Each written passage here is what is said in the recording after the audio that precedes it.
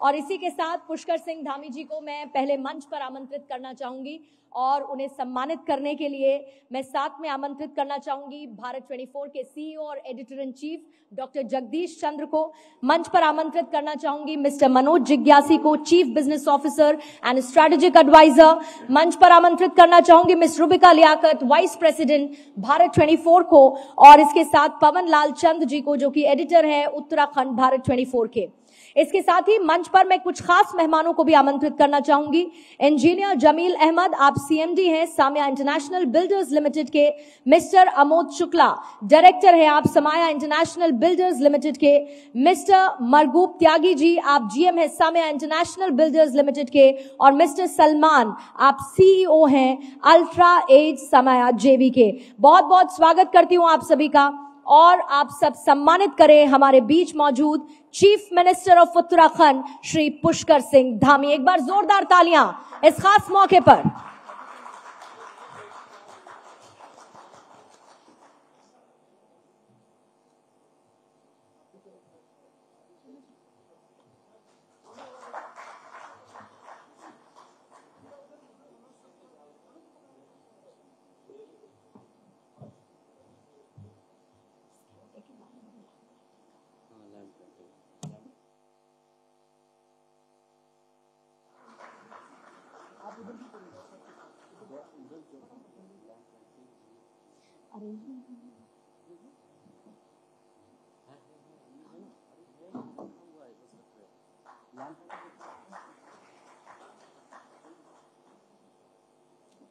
तालियां बजती रहनी चाहिए, उत्साह बढ़ता रहना चाहिए और उत्साह बरकरार रहना चाहिए।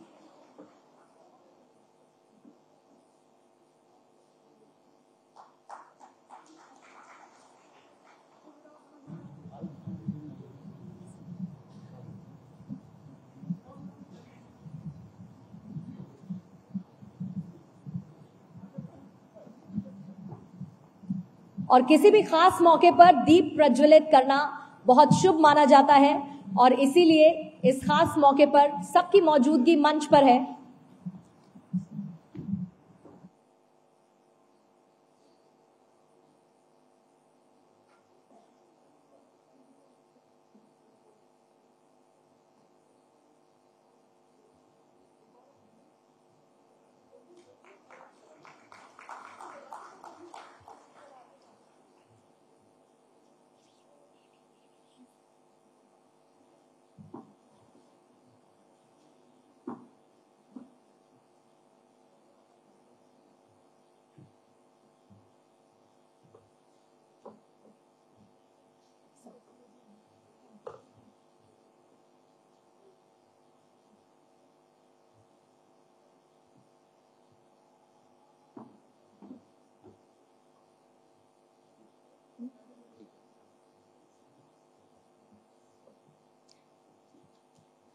दीप प्रज्वलित हो चुका है और मैं सभी गणमान्य लोगों से अनुरोध करूंगी कि वो अपने स्थान को ग्रहण करें। और इसी बीच में मैं दोबारा से मंच पर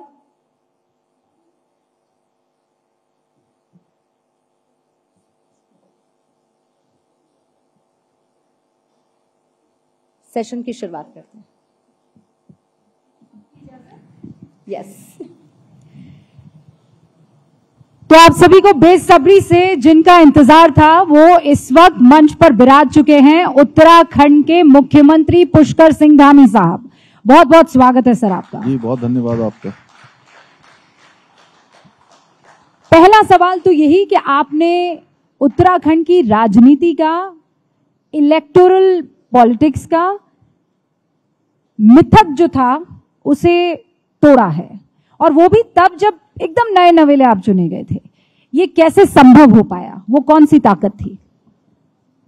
देखिए, अब इसका तो मैं यही कहना चाहूँगा कि उत्तराखंड के अंदर जो एक मिथक था, एक परिपाटी थी कि एक बार एक पार्टी की सरकार बनती है और चुनाव होता है तो दूसरी पार्टी की सरकार बन जाती है। हमारे देश के यशस्वी प्रधानमंत्री मोदी जी का जो उत्तराखंड के साथ उनका लगाव था, उन्होंने जो उत्तराखंड के लिए काम किए थे और आगे के कार्यक्रम चलाए हुए थे, उनका एक विजन उत्तराखंड के लिए जो है वो उत्तराखंड की जनता के सामने हमने रखा और उत्तराखंड की जनता ने ही हमको दोबारा सेवा करने का अवसर प्रदान किया। मैं उत्तराखंड की महान देवतुल्य जनता को नमन करना चाहता हूं कि उन्होंने ही यहाँ पर ये परिपाटी तोड़ी, ये एक मैं कहूँ मिथक तोड़ा, एक नया इतिहास बनाने का काम किया कि एक बार इस पार्टी की सरकार, उस पार्टी की सरकार और लगातार सरकारें इस प्रकार से जो बदलती थी उससे चलने वाली विकास की प्रक्रिया भी बाधित होती थी। एक जो विकास का काम है वो कहीं ना कहीं रुकता था, उसको लगातार अनवरत रूप से चलाने की जिम्मेदारी उत्तराखंड की देवतुल्य जनता ने हमारे प्रधानमंत्री मोदी जी के नेतृत्व में, उनके निर्देशन में हमको सौंपा है। आपसे बेहतर मुख्यमंत्री जी कौन जान सकता है? आप तो यहाँ की माटी से बने हैं और यहाँ की हर एक चीज को महसूस किया है। हमारे मैदानी इलाकों में कहते हैं और आपके यहाँ भी ये कहावत है कि पहाड़ों का पानी और पहाड़ों की जवानी यहाँ के लोगों के काम ही नहीं आती है। क्या वो चैलेंज आपके लिए भी आज उसी बदस्तूर रूप से जारी है या उसमें कोई परिवर्तन आया है? देखिए, ये कहा जाता रहा है कि पहाड़ की पानी और पहाड़ की जवानी दोनों ही यहाँ के काम आना चाहिए। और अब पहाड़ का पानी आप देख रहे होंगे, टिहरी डैम हमारा आज पूरे भारतवर्ष को बिजली देने का काम कर रहा है। हमारे यहाँ से लगातार 12 महीने बहने वाली नदियाँ संपूर्ण भारत को पानी भी देने का काम कर रही हैं। उत्तराखंड के भी काम आ रही हैं और देश के भी काम आ रही हैं। उसी प्रकार से हमारे यहाँ की जवानी, वो जहाँ आज उत्तराखंड का नौजवान, उत्तराखंड का युवा उत्तराखंड के अंदर अनेक कामों को आगे बढ़ा रहा है, चाहे वो स्टार्टअप के क्षेत्र में हो, चाहे वो सूक्ष्म लघु या मध्यम उद्योग के रूप में हो, या इंक्यूबेटर्स के रूप में हो, या आज हॉर्टिकल्चर, एग्रीकल्चर, इन सभी क्षेत्रों में, या टूरिज्म के क्षेत्र में। इसके अलावा आज देश के अंदर भी चाहे वो सेना हो या हमारे पैरामिलिट्री फोर्सेज हो या कोई अन्य क्षेत्र हो, हर क्षेत्र में उत्तराखंड का नौजवान उत्तराखंड के साथ साथ देश को भी अपनी सेवाओं को देने का लगातार काम कर रहा है। अब तो पलायन खत्म हो गया है, क्योंकि आंकड़े तो ये कह रहे हैं कि पिछला जो आंकड़ा है कि 2.5 से 3 लाख लोग पलायन कर गए हैं। ये कम हुआ है, इसमें वृद्धि हुई है, ये चिंताजनक है या? देखिए, यहाँ की भौगोलिक परिस्थिति बड़ी कठिन रही है और सब लोग इसको जानते भी हैं, लेकिन इन सालों में आकर देश दुनिया के अंदर या अनेकों स्थानों पर जो लोग काम कर रहे थे वो रिवर्स पलायन भी अब कर रहे हैं। और अपने अपने कोरोना महामारी के बाद एक नया ट्रेंड शुरू हुआ है कि लोग बड़ी संख्या में अपने घरों को वापस आए हैं और उन्होंने अपना कोई न कोई किसी न किसी रूप में कारोबार खड़ा किया है, अपना कामकाज खड़ा किया है, रोजगार जोड़ा है। और बहुत सारे लोगों ने केवल रोजगार जोड़ा ही नहीं है, अपना रोजगार ही नहीं बल्कि अन्य लोगों को भी रोजगार से जोड़ने का काम तेजी से हो रहा है। इसके लिए हमने पलायन रोकथाम जो आयोग है वो आयोग भी हमने यहाँ पर बनाया है, वो अभी तेजी से काम कर रहा है। और जैसी उनकी सिफारिशें होती हैं, जिस प्रकार के प्रोत्साहन की हमारी नीतियों की आवश्यकता होती है, उन सभी पर हम काम कर रहे हैं। अब एक तरीका आप इन्वेस्टर समिट के द्वारा भी अपना रहे हैं, लेकिन इसे ऐसे समझिए कि जब हम लोग बहुत काम करते हैं, मुख्यमंत्री जी, मतलब मान लीजिए हफ्ते में 7 दिन काम किया, थक गए, बीच में छुट्टी आ गई, तो हम पहाड़ों का रुख करते हैं। जब आराम करना होता है हमें, तब पहाड़ याद आते हैं। यहाँ की भौगोलिक स्थिति भी क्या आपके लिए ये विषम सिचुएशन नहीं क्रिएट करती है कि यहाँ काम कैसे किया जाए, यहाँ किस तरीके से फैक्ट्रीज या दूसरे रोजगार का सृजन किया जाए? क्या ये चैलेंज है कि नहीं है? अब देखिए, ये चैलेंज निश्चित रूप से है। उत्तराखंड एक कठिन भौगोलिक परिस्थितियां यहाँ पर हैं। यहाँ पर जहाँ हमारे देहरादून, उधम सिंह नगर, नैनीताल, हरिद्वार, ये कुछ मैदानी, जैसे नैनीताल और देहरादून, आधा जिला हमारा पर्वतीय क्षेत्र में है, आधा मैदानी क्षेत्र में है। तो वहाँ पर चूंकि पर्वतीय क्षेत्र की स्थितियां अलग हैं, मैदानी क्षेत्र की अलग हैं। उधम सिंह नगर और हरिद्वार में बड़ी संख्या में हमारे यहाँ पर उद्योग आए हैं और अब हमारी कोशिश है कि इस बार जो पर्वतीय क्षेत्रों में जो हमारे प्राइमरी सेक्टर हैं उन सेक्टरों में भी लोग आए हैं। उसके लिए हमने अनेकों अनेक प्रावधान किए हैं। 27 हमने अपने MSME में, उद्योग क्षेत्र में 27 नई नीतियों को भी हम लेकर आए हैं, जिसमें हमने अनेकों प्रावधान ऐसे किए हैं कि अगर लोग पहाड़ों में उद्योग लगाएंगे तो हम उनको प्रोत्साहित करेंगे, सरकार उसमें सहयोग करेगी, सरकार कहीं ना कहीं उनको मजबूती देने का काम करेगी।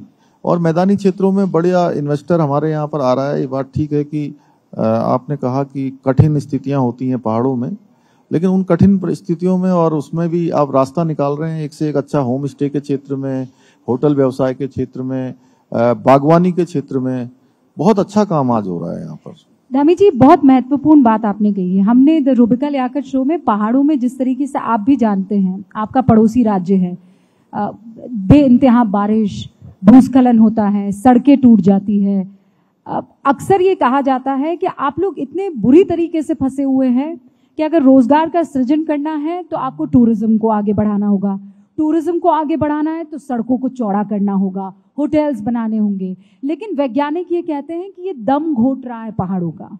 आप इसका कोई हल है या ये इसी तरीके से चलता रहेगा? ये एक विशियस साइकिल है, क्या ये खत्म होगा? देखिए, जो भी लोग हिमालय के नीचे रहते हैं, हिमालय जिनको अपनी कोख में रखता है, अपनी गोद में रखता है, उनका पहला कर्तव्य है कि हिमालय को संरक्षित रखें, हिमालय को सुरक्षित रखें, हिमालय की रक्षा करें। तो हम लोग प्रकृति प्रेमी हैं, प्रकृति के पूजक हैं। तो हमने उत्तराखंड के अंदर अभी पिछले वर्ष जब जोशीमठ की आपदा आई थी, और जोशीमठ की आपदा के बाद ये हमने तय किया है कि हम जितने भी हमारे शहर हिमालय पर बसे हुए हैं, उन सब की जो बियरिंग कैपेसिटी है, धारण क्षमता, उस धारण क्षमता का आकलन करेंगे। और जो विकास का मॉडल होगा, वो विकास का मॉडल हमारा इकोलॉजी और इकोनॉमी दोनों को बैलेंस करने वाला होगा। ये बैलेंस हो पा रहा है या नहीं? निश्चित रूप से अब उसका धारण क्षमता के बाद हम उसी दिशा में काम करेंगे। और विकास का फार्मूला, चूंकि देखिए हमारे लिए सबसे बड़ी चीज है कि हम किसी भी चुनौती जो आज प्रकृति के साथ और आपदा के रूप में हमारे सामने आ रही है, उसको कैसे हम ठीक करें, कैसे हम उसको रोकें, कैसे उनको कम से कम कर पाएं। तो निश्चित रूप से ये मॉडल हमको अपनाना ही होगा। इकोलॉजी और इकोनॉमी दोनों ही बराबर चलती रहें। इस जमीन को जितना मैं आपके लिए सवाल बनाते वक्त समझ पाई हूँ, 70% जंगल है, 30% काम होता है। इनफैक्ट 30 से कम 71% जंगल है। उसी को अब आप बदलना भी चाहते हैं, परिवर्तित भी करना चाहते हैं। वहीं पर सबसे ज्यादा अतिक्रमण हुए हैं जिनके खिलाफ आपने काम शुरू किया है, मुहिम चलाई है? जी, फॉरेस्ट लैंड पर ही काफी अतिक्रमण था और आज भी अतिक्रमण है। उसी अतिक्रमण को हमने, चूंकि सभी से जो लोग भी इसमें अतिक्रमण जिन लोगों ने भी किया था, सबसे कहा कि वो स्वयं ही इस अतिक्रमण को हटा लें, अन्यथा प्रशासन अपने और वो जो विभाग, संबंधित विभाग है, वो हटाएंगे। और उन्होंने हटाया भी है। आज लगभग 3000 एकड़ के लगभग जो जमीन है वो खाली भी हो गई है। यहीं से वो शब्द निकल कर आया है, लैंड जिहाद। एक मैसेज गया है कि आपने पुरजोर तरीके से मस्जिदें तोड़ी हैं, दरगाह तोड़े हैं। मस्जिद कोई नहीं तोड़ी है, दरगाह तोड़ी हैं, जो अतिक्रमण। देखिए, जो अवशेष के रूप में, जहां पर जमीन के अंदर कोई भी अवशेष किसी भी जगह पर नहीं निकले हैं, और किसी को भी इस प्रकार से ये कहना कि तोड़ दिया है, उसमें जो भी अतिक्रमण की श्रेणी में जो आया होगा उसको निश्चित रूप से उस पर कार्रवाई हुई है। और हमने किसी को टारगेट कभी नहीं किया है। हमने कभी किसी को टारगेट नहीं किया, ना ही किसी को ठेस पहुंचाई है, ना किसी को नुकसान पहुंचाना, ना किसी प्रकार से वो करना हमारा कोई हेतु नहीं है, कोई ध्येय नहीं है। क्योंकि उत्तराखंड में इस प्रकार की स्थितियां नहीं है। उत्तराखंड में सब लोग एक दूसरे के साथ बहुत प्रेम पूर्वक रहते हैं, बहुत भाईचारे के साथ रहते हैं, आपस में सभी के संबंध अच्छे हैं यहाँ पर। तो फिर आपको धर्मांतरण के खिलाफ सख्त कानून लाना क्यों जरूरी लगा, क्यों लाना पड़ गया? धर्मांतरण, देखिए, एक उत्तराखंड के अंदर एक घुन की तरह लगा हुआ था। एक पाप लगातार लोगों के साथ हो रहा था, उनको धोखे में रखकर, उनको लालच देकर, उनको किसी न किसी तरीके से मनगढ़ंत बातों से लगातार धर्मांतरित करवाने का काम, मतांतरण करवाने का काम, ऐसे बहुत सारे स्थानों पर हो रहा था। ये कौन लोग हैं धामी जी? ये कौन लोग करवा रहे थे धर्मांतरण? अब जो भी लोग हैं, देखिए ऐसा है कि हमने मतलब आपकी कोई रिपोर्ट आई होगी, अब कोई मॉडल है जिसके तहत काम हो रहा है? कुछ लोग इसको जो है एक मिशन के रूप में ले रहे थे, कुछ लोग एक बड़े षड्यंत्र के रूप में, कुछ लोग इसको डेमोग्राफिक चेंज के रूप में, तमाम प्रकार से योजनाबद्ध तरीके से काम कर रहे थे। इसलिए इसको रोकना बहुत जरूरी है, क्योंकि उत्तराखंड के लोग ही नहीं बल्कि पूरे संसार के लोग इस देवभूमि पर अपनी आस्था रखते हैं। इसका मूल स्वरूप देवभूमि का बना रहना चाहिए। ये केवल मैं नहीं, मेरे साथ उत्तराखंड का हर एक नागरिक चाहता है, हर एक भाई बहन चाहता है, और उत्तराखंड के साथ साथ देश दुनिया के लोग भी बड़ी श्रद्धा से, आस्था से देवभूमि को देखते हैं। इसलिए देवभूमि का जो स्वरूप है वो सबके सामने जैसा है, गंगा का प्रदेश, यमुना का प्रदेश, मां शारदा, महाकाली का, सरयू का, गोमती का, अनेकों अनेक 12 महीने लगातार जो आप कह रही थी, उत्तराखंड के साथ साथ पूरे देश को पानी देने का काम, जल जीवन देने का काम ये नदियां करती हैं। देव स्थान है, वनों से आच्छादित है, पर्वतों से आच्छादित है।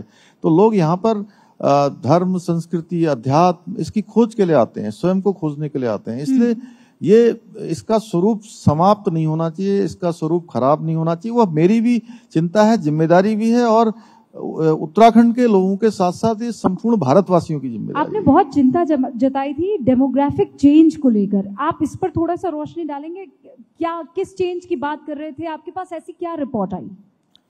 देखिए, उत्तराखंड बहुत ही शांत प्रदेश है। यहाँ पर कानून व्यवस्था यहाँ पर अच्छी है, कहीं पर भी बहुत उस प्रकार की चीजें नहीं है जैसा अन्य राज्यों में होता है। लेकिन बहुत सारी जगह पर आज बिना पहचान के, बिना किसी पुरानी चीजों को जो है, जो वेरिफिकेशन के, जगह जगह पर लोग काम करने के लिए आते हैं, वहीं अपनी एक झोपड़ी बना लेते हैं, वहीं पर बैठ जाते हैं। उसके बाद धीरे धीरे थोड़ा कब्जा किया, फिर ज्यादा कब्जा किया। ये करते करते जो है धीरे धीरे जो उत्तराखंड का जो मूल स्वरूप है वो कहीं ना कहीं डेमोग्राफिक चेंज तेजी से बढ़ रहा था। तो उसके बाद बहुत सारी घटनाएं ऐसी भी आई कि जहां पर आपराधिक इतिहास पीछे रहा है, कुछ प्रकार की घटनाएं करके लोग यहाँ आए हुए हैं, और फिर वो यहाँ पर भी कोई घटना करते हैं, तब पता लगता है कि ये तो बहुत बड़ा गड़बड़ था। इसलिए हमने इसको वेरिफिकेशन भी, और जो डेमोग्राफिक जो चेंज एकदम से हो रहा है हमारे यहाँ पर, देखिए जो हमको आज नीति आयोग हमको 1 करोड़ 25 लाख लोगों के अनुपात में हमको जो सुविधाएं मिलती हैं नीति आयोग से, वो हमको प्राप्त होती है देश के अंदर पूरी जनसंख्या के आधार पर। लेकिन हमको इससे कहीं ज्यादा, चाहे वो टूरिज्म से आने वाले लोग हों, चाहे वो 4 धाम यात्री हों, या कांवड़ यात्री हों, या इस प्रकार का जो अनावश्यक रूप से ही मैं कहूँगा जो अतिक्रमण करके बैठे हुए लोग हैं, वो बड़ी संख्या हो जाती है। उसके कारण से जो हमारे संसाधन हैं वो कहीं ना कहीं हाँपने लगते हैं, वो कहीं ना कहीं किसी न किसी रूप में जो है उनमें न्यूनता आ जाती है। तो ये डेमोग्राफिक चेंज, इसको अगर इलैबोरेट करें तो ये कौन लोग हैं, कहाँ से आ रहे हैं ये लोग? अब देश भर से जहां से भी आए हैं उनको हम लोग उसी का वेरिफिकेशन करवा रहे हैं, और डेमोग्राफिक चेंज नहीं होना चाहिए। मैंने पहले ही कहा कि उत्तराखंड देवभूमि है, इसका मूल स्वरूप बना रहना चाहिए।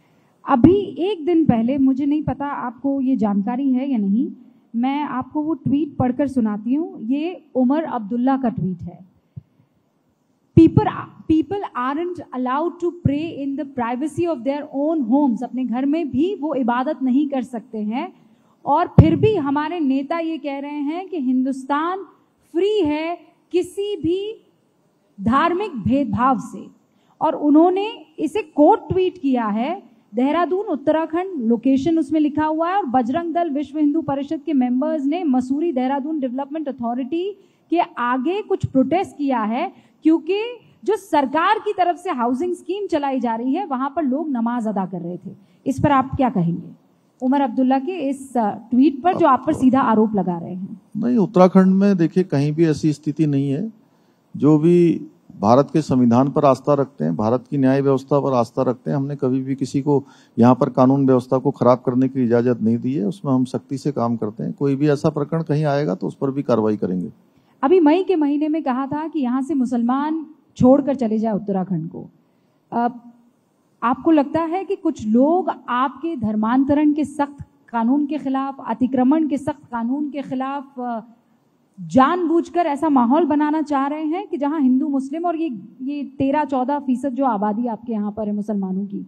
नहीं नहीं, देखिए ऐसा नहीं है। वो जो जिस घटना का आप जिक्र कर रही हैं वो एक घटना की प्रतिक्रिया स्वरूप स्वतः ही स्फूर्त घटनाएं थी। उसमें किसी प्रकार का कोई पहले से न ही कोई सुनियोजित तरीके से कोई काम हुआ था। एक घटना हुई और घटना के प्रतिक्रिया स्वरूप वहां पर लोगों ने इस प्रकार की चीजें जरूर आई थी, लेकिन हमने वहां पर भी किसी के साथ कोई लूटपाट नहीं हुई, किसी के एक भी व्यक्ति के साथ वहां पर मारपीट नहीं हुई, एक चींटी भी वहां पर किसी प्रकार से हताहत नहीं हुई। और हमने कानून व्यवस्था को वहां पर सख्ती से लागू किया। किसी प्रकार की कोई वहां पर जो अनेकों कार्यक्रम होने थे उन कार्यक्रमों को भी कोई अनुमति हमने प्रदान नहीं की है। इसलिए उत्तराखंड में ऐसी कोई बात नहीं है। हाँ, कुछ लोगों ने इसको बड़ा चढ़ा के पेश किया है। अतिक्रमण को भी कुछ लोगों ने एक दूसरी दिशा देने का प्रयास किया है। यहाँ मैं आपसे बिल्कुल कहना चाहता हूँ कि हमारा ऐसा कोई उद्देश्य नहीं है। हम समान रूप से काम कर रहे हैं। भारत का जो संविधान कहता है, भारत की जो न्याय व्यवस्था कहते हैं उसके अनुसार, और उत्तराखंड के अंदर हमारे यहाँ पर सब प्रकार, किसी मजहब का हो, किसी जाति का हो, किसी पंथ का हो, समुदाय का हो, सबके लिए एक समान व्यवस्था है। और हमारे प्रधानमंत्री जी का तो वैसे ही जो है, अभी आप ही का मैं देख रहा था इसमें, तो जिस प्रकार से आज भी दिन में बड़ी संख्या में हमारी मुस्लिम बहनें बड़ी संख्या में आज आई थी रक्षाबंधन के पर्व पर। तो इसलिए यहाँ पर इस प्रकार की कोई व्यवस्था नहीं है। कार्यक्रम का आयोजन किया जी, आज एक कार्यक्रम नहीं था, वो अचानक सब लोग आ गए तो कार्यक्रम हो गया। जब सब बहनें आई थी तो उनका निश्चित रूप से, रक्षाबंधन का पर्व है तो रक्षाबंधन के पर्व पर आई थी और वो इतने प्रेम पूर्वक आई थी तो मैंने भी उनका स्वागत किया अपनी तरफ से। जितना स्ट्रॉन्ग कानून आपने अतिक्रमण को लेकर बनाया, उतना ही स्ट्रॉन्ग नकल को लेकर बनाया है। इसके पीछे का कारण? देखिए, नकल भी, जैसे जो भी हमने कानून बनाए हैं वो कानून हमने उत्तराखंड बाकी राज्यों से ज्यादा सख्त है। मैं उत्तराखंड की जो जरूरत है, उत्तराखंड की जरूरत के अनुसार हमने उत्तराखंड राज्य के हित में बनाए हैं। और अतिक्रमण की बात हो या नकल की बात हो, नकल के मामले में ये नकल बहुत लंबे समय से चल रही थी और हर बार पर्चा लीक हो जा रहा था, क्वेश्चन बैंक कहीं से लीक हो जाता था, कोई पेन ड्राइव पर नकल करवा देता था, कोई ना कोई नया नया तरीका निकाल के नकल हो रही थी। और इसकी चर्चा हर बार होती थी, चर्चा भी होती थी, लोग थोड़े दिनों विरोध में भी खड़े होते थे लेकिन फिर शांत हो जाता था। जांच नहीं होती थी, इसकी कार्रवाई नहीं होती थी। मेरे पास भी प्रकरण आया तो और मैंने इसमें तय किया, क्योंकि ये हमारे नौजवान पीढ़ी के भविष्य से जुड़ा हुआ प्रश्न था। उनकी पूरी जिंदगी के साथ खिलवाड़ हो रहा था, तो हमने इसमें जांच करवाने का निर्णय लिया। और जब हमने जांच करवाई प्रारंभिक रूप से, तो ये बिल्कुल आ गया कि इसमें नकल हो रही है और इसमें तो बड़े बड़े गिरोह, बड़े बड़े नकल माफिया इसमें इन्वॉल्व हैं। हमने इसमें कार्रवाई करने का निर्णय लिया और कार्रवाई करी। 80 लोग जो है नकल करवाने के खेल में या नकल माफिया के रूप में कहीं ना कहीं काम कर रहे थे, जिनको जेल की सलाखों के पीछे भेजने का काम हमारी यहाँ की प्रशासन ने किया है, पुलिस ने किया है। इतने पर भी ये रुक नहीं रहा था, फिर भी नहीं रुक रहा था। फिर हमने सभी कानूनों का ये अध्ययन किया, देश भर के अंदर चलने वाले जितने कानून हैं कि नकल के लिए हम क्या कर सकते हैं। उसके बाद इसमें हमने जो सख्त से सख्त कानून था नकल का, जिसमें 10 साल तक की जेल है, पूरी संपत्ति उनकी जब्त करने का इसमें प्रावधान हमने किया है। इसके साथ साथ जो परीक्षार्थी या जो उसके नकल करवाने वाले में कहीं ना कहीं सम्मिलित होंगे तो पहली बार पकड़ा जाएगा तो 3 साल के लिए डीबार कर देंगे, किसी भी परीक्षा में भाग नहीं लेगा। अगली बार पकड़ा जाएगा तो उसको 7 साल के लिए डीबार कर देंगे। ये इसमें हमने कई सारे प्रावधान किए हैं। परोक्ष रूप से नकल करवाने वाला हो या प्रत्यक्ष रूप से नकल करवाने वाला हो, उसके खिलाफ भी ये अध्यादेश लागू होगा।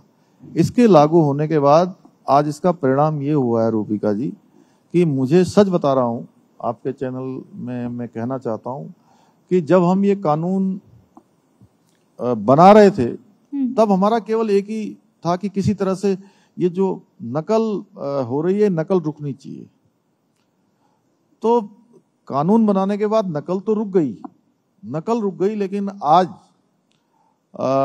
मैं देख रहा हूं कि जो हमारे इसमें परीक्षार्थी थे, प्रतियोगी परीक्षाओं में भाग लेने वाले, वो अब एक परीक्षा में नहीं, कुछ परीक्षार्थी तो ऐसे हैं जो एक परीक्षा में भी पास हो गए, फिर दूसरी में भी पास हो गए, तीसरी में भी पास हो गए और चौथी में भी पास हो गए।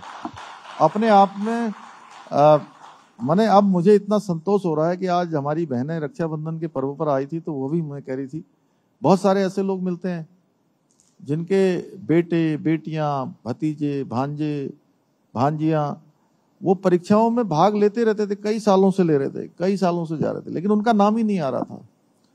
और मैं बताऊं आपको, चूंकि मैं एक सैनिक का बेटा हूं, बहुत सामान्य पृष्ठभूमि में पैदा हुआ हूं, उसी में बड़ा हुआ हूं, तो मैंने देखा है कि हमारे यहाँ पर जिस प्रकार की भौगोलिक स्थितियां हैं, जिस प्रकार का रहन सहन है, जिस प्रकार की हमारी यहाँ की स्थिति है, उसमें गरीब माता पिता अपने बेटे को बेटी को पढ़ाने के लिए जब भेजते हैं तो बहुत सामान्य स्थिति में भेजते हैं। कोई पता है सब्जी बेचते हैं, कोई घर में छोटा खेती होती है उसका अनाज बेचते हैं, कोई घी बेचता है, कोई दूध बेचता है, कोई छोटी दुकानदारी करता है, उससे पैसा जमा करके अपने बेटे बेटी को पढ़ाने के लिए भेजता है। तो आप सोचिए कि वो अपनी जीवन की सारी पूंजी, सारी मेहनत, सारा परिश्रम अपने इन बच्चों के लिए लगाते हैं। और उन बच्चों के पास भी क्या रहता है? उन बच्चों के पास भी केवल उनका पढ़ाई एकमात्र रास्ता होता है, शिक्षा एकमात्र रास्ता होती है जो उनको आगे ले जा पाए, उनको कहीं स्थान दिला पाए। उसमें भी कहीं ना कहीं डकैती हो रही थी, उसमें भी कहीं धोखा हो रहा था, लूटपाट हो रही थी। तो इसलिए नकल का अध्यादेश लाने की जरूरत पड़ी और नकल का अध्यादेश लाने के बाद आज मुझे खुशी है कि एक नया माहौल बना है हमारे प्रतियोगी परीक्षाओं में भाग लेने वालों में, हमारे भाई बहनों में, हमारे बच्चों में, हमारे आने वाले समय के भविष्य के कर्णधारों में, कि अगर आप वो मेहनत करेंगे, आप परिश्रम करेंगे, अपनी योग्यता से, क्षमता से, प्रतिभा से, उनके अंदर ये विश्वास बिल्कुल पुख्ता हो गया है कि उनको निश्चित रूप से स्थान प्राप्त होगा, कहीं ना कहीं उनको उस पृष्ठभूमि को मैं समझ पा रही हूँ, क्योंकि आप जब कह रहे थे तब भी आपकी बातों में भी वो दर्द झलक रहा था कि इतने वो जमीन से जुड़े हुए लोग हैं, सब्जी बेचने वाले हैं, उनके बच्चे जब मेहनत करके उस लिस्ट में नाम ना पाए तो फिर ऐसा सख्त कानून आ ही जाता है जो आप लेकर आए हैं। तो स्टूडेंट्स तो आपको फुल मार्क्स दे रहे हैं, जो केदार धाम और बद्री धाम आ रहे हैं वो आपको कितने मार्क्स दे रहे हैं? और स्पेशली जब आप जो कॉरिडोर के मास्टर प्लान को लेकर चीज़ें चल रही हैं, वो कब तक पूरा हो जाएगा, किस स्थिति में इस वक्त हैं और वो आपको कितने मार्क्स देंगे? देखिए, केदार धाम बद्री धाम आने वाले लोग निश्चित रूप से यहाँ से पूरी तरह से एक अच्छा अनुभव लेकर जा रहे हैं और हमारा ये प्रयास भी है कि हर वर्ष उनकी यात्रा पहले वर्षों से एक अच्छा अनुभव उनको प्राप्त हो। यहाँ से इस बार तो रिकॉर्ड तोड़ लोग आए हैं। इस बार अभी तक हमारे 38 लाख लोग अभी तक यात्रा कर चुके हैं और कांवड़ यात्रा में 4 करोड़ 15 लाख की संख्या, इस बार 4 करोड़ 15 लाख कांवड़ यात्रियों ने माँ गंगा का जल लेकर अपने स्थानों पर गए हैं। और देखिए, यहाँ पर अब आने वाले पर्यटक हों, तीर्थयात्री हों, चार धाम यात्री हों, उनकी संख्या लगातार बढ़ती जा रही है। वीकेंड होता है तो यहाँ देहरादून, मसूरी, हरिद्वार, ऋषिकेश पूरा भर जाता है, जाम हो जाता है जी। और जाम नहीं होता, आपको मैं ये भी कह सकता हूँ, अब आपको एनसीआर का एक हिस्सा, इसको जगदीश जी, इसको आप एनसीआर का एक रीजन ऐसा मान लीजिए जिसको आप कह सकते हैं non polluted region of NCR, क्योंकि आपको 2 घंटे आने वाले समय में कुल यहाँ लगने वाले हैं देहरादून पहुंचने के लिए, और अभी भी 3.5-4 घंटे में लोग आराम से पहुंच रहे हैं। जल्दी ही एलिवेटेड रोड का काम पूरा हो रहा है, तो उसी के लिए हमको अब जो है आगे का जो हमारा इंफ्रास्ट्रक्चर है, एब्सोल्युटली मैं यही सवाल आपसे कर रही थी। मैं उसको मैं बोल देता हूँ, हम जो इंफ्रास्ट्रक्चर है वो इंफ्रास्ट्रक्चर हम उसी दिशा में लेकर जा रहे हैं। और जो आपने अभी कॉरिडोर की बात करी है, ऋषिकेश हरिद्वार गंगा कॉरिडोर, वो बनाने का हमने निर्णय ले लिया है। उस पर हमारी डीपीआर गठन की कार्रवाई चल रही है और 2026 तक हम इसको बनाएंगे इसी प्रकार से जिस प्रकार से गंगा जी पर हरिद्वार बसा है, हरिद्वार महानगर शहर, हरिद्वार माया नगरी, या आप कहिए मोक्ष नगरी, माँ गंगा की नगरी, उसी प्रकार से कभी माँ यमुना पर जो है हरिपुर हुआ करता था। और हरिपुर बहुत बड़ा शहर, बड़ा नगर होता था और वह आपदा की उस समय भेंट चढ़ गया था। और हमने यह भी संकल्प लिया है कि उस हरिनगर को, हरिपुर को फिर से हम जो है स्थापित करेंगे, वहां पर घाट बनाएंगे आने वाले समय में।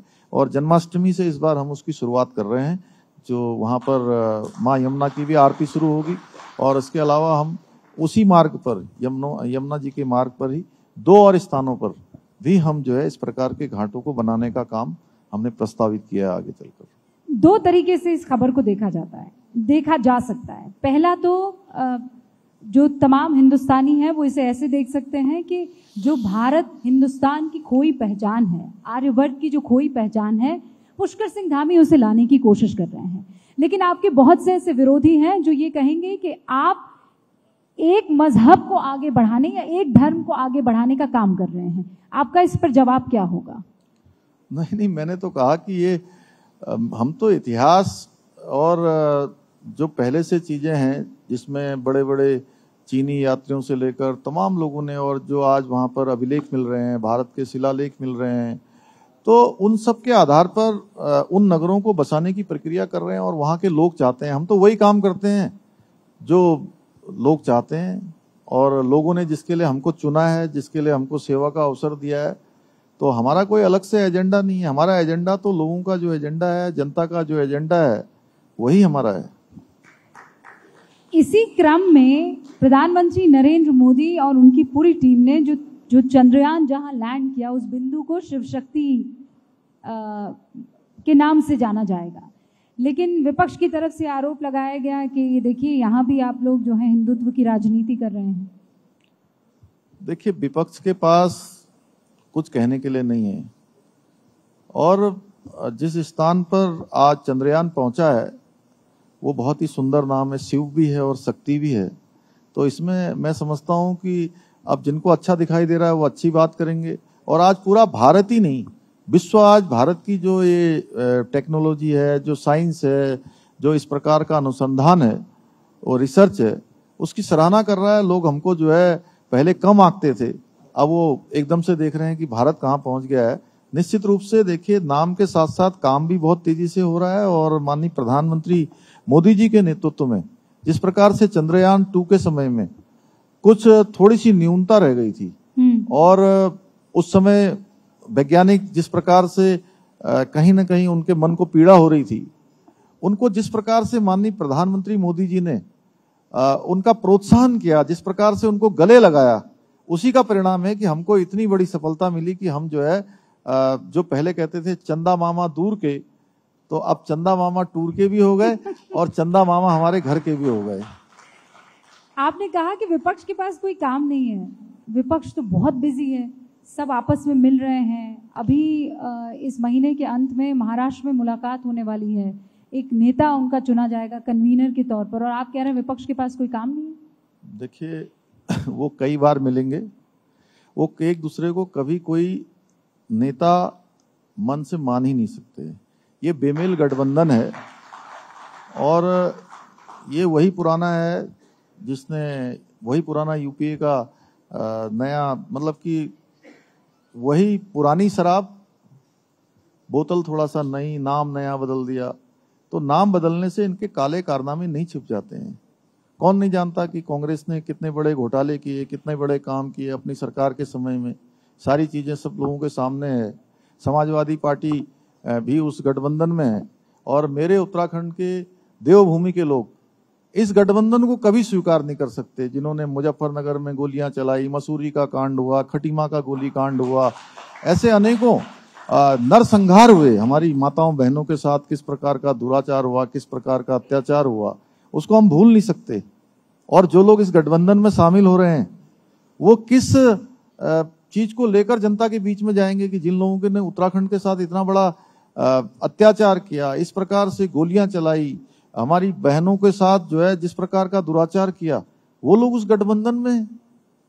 तो ये बेमेल गठबंधन है, इसलिए चलने वाला नहीं। और कम से कम मैं उत्तराखंड की बात कर रहा हूं कि उत्तराखंड के लोग किसी भी कीमत पर ऐसी पार्टियां उस गठबंधन में शामिल हैं, उसको कभी स्वीकार नहीं करने वाले। तो आप ये कह रहे हैं कि 5 सीटों पर आपको किसी तरह का कोई चैलेंज नहीं होगा। पहले तो बीजेपी वर्सेस कांग्रेस होता था, इस बार तो ये सब एक साथ आपको चैलेंज करेंगे। ये लगभग उत्तराखंड में ये सभी पार्टियां ऐसे हो जाती थी कि बीजेपी के साथ जो सबसे मजबूत होता था उसके साथ चले जाते थे। ये कोई नया यहाँ के लिए ट्रैक नहीं है, लेकिन मैं कहना चाहता हूं कि 2014 में जब आदरणीय प्रधानमंत्री मोदी जी को प्रधानमंत्री पद का उम्मीदवार घोषित किया गया था, तो उत्तराखंड की जनता ने 5 सीटें भारतीय जनता पार्टी को, मोदी जी को प्रधानमंत्री बनाने के लिए दी थी। पर तब माहौल और था, तब नई आप लोगों की सरकार थी। अब तो डबल एंटी इनकम्बेंसी होगी ना धामी जी?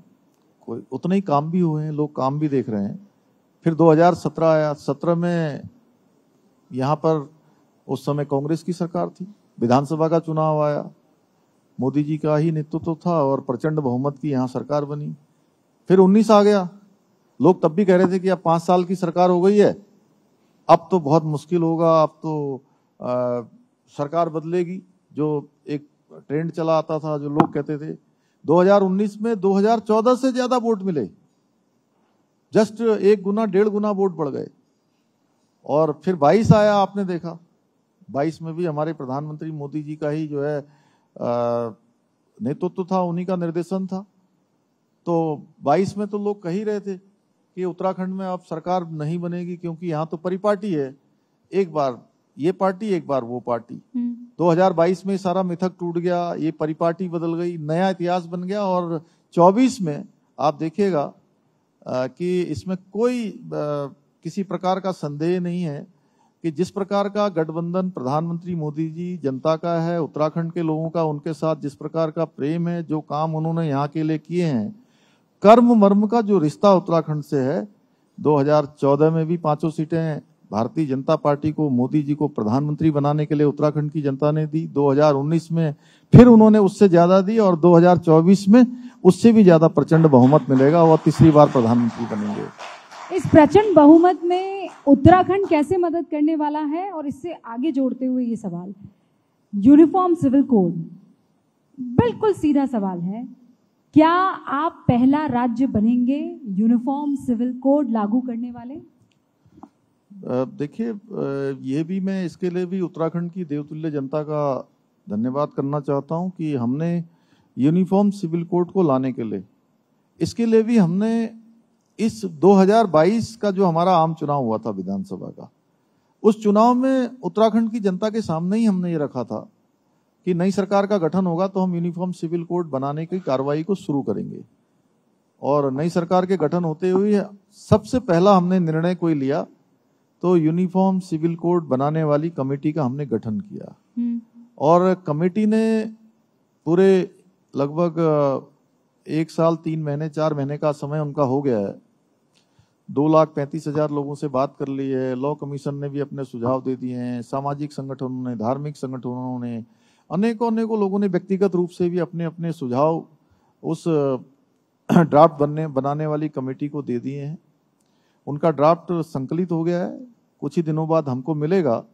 उसकी जो अन्य वैधानिक कार्रवाई है, जो कार्रवाई होती है, जिस प्रकार का भी विधि विशेषज्ञों से या जो संवैधानिक व्यवस्था है, उस संवैधानिक व्यवस्था के तहत हम उसको लागू करने के लिए आगे बढ़ेंगे, इसमें कोई संदेह नहीं है। बहुत देर भी नहीं करने वाले हैं। ये बहुत देर, ये कोई टाइम लिमिट है? ये 2024 से पहले होगा? बहुत जल्दी, इसी साल हो जाएगा। 24 तो अभी दूर है। इसी साल आप यूसीसी लागू कर देंगे? और इसके लिए अब जो आखिरी पड़ाव है वो कौन सा है?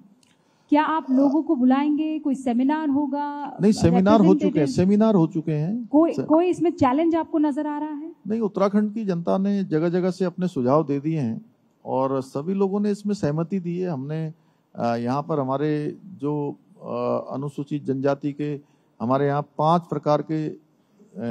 जातियां यहाँ पर निवास करती हैं।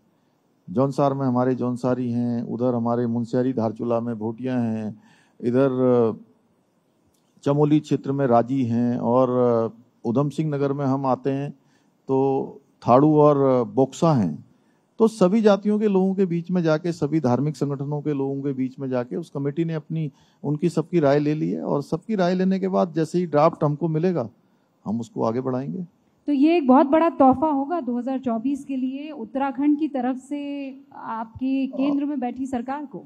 देखिए, देश की जनता बहुत लंबे समय से इस बात की मांग करती रही है कि देश के अंदर समान नागरिक संहिता का कानून होना चाहिए और निश्चित रूप से ये सशक्तिकरण की दिशा में देश की महिलाओं के लिए, देश के निर्बल वर्गों के लिए एक ऐसा कानून है जो उनको कहीं ना कहीं सशक्तिकरण की ओर ले जाएगा और देश की लंबे समय से जो मांग है उसकी शुरुआत देवभूमि उत्तराखंड से हो जाएगी। बहुत बहुत शुक्रिया पुष्कर सिंह धामी साहब हमारे साथ जुड़ने के लिए, हमसे बात करने के लिए। तो एक बड़ी बात यहाँ पर पुष्कर सिंह धामी कह रहे हैं कि इसी साल यूनिफॉर्म सिविल कोड उत्तराखंड में लागू हो जाएगा। बहुत बहुत शुक्रिया सर। धन्यवाद।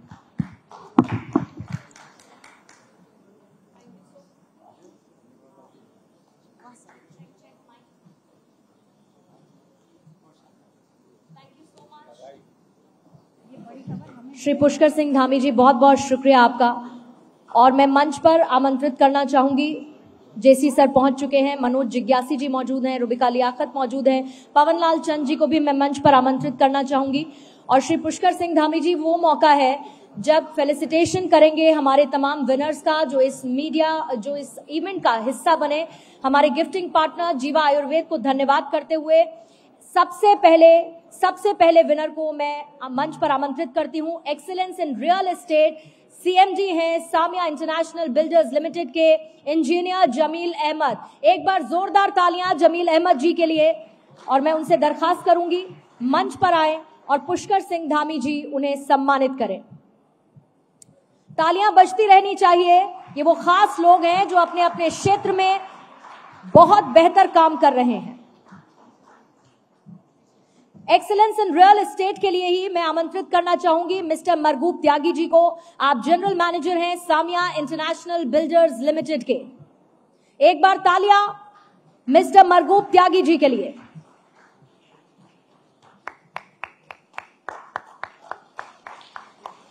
आमंत्रित करना चाहूंगी excellence in astrology and gemstone के खास क्षेत्र में एस्ट्रोलॉजर मानवीय एस्ट्रोलॉजी फाउंडेशन के मिस्टर मयूर जोशी को। मयूर जोशी जी के लिए तालियां।